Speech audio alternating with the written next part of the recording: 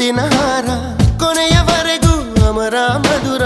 ಇಷ್ಟೇ ಸಾಕು ಬಾಳು ಎಂಬ ದೋಣಿ ಸಾಗಲು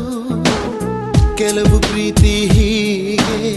ಗರ್ಭದಲ್ಲೇ ಕರಗುವುದಂತೆ ಕೆಲವು ಮಾತ್ರ ಯಾಕೋ ಹೊರಗೆ ಬರದೆ ನರಳುವುದಂತೆ ಮನಸೇ ಮನಸೇ ಒಮ್ಮೆ ಸಮ್ಮತಿಸೇ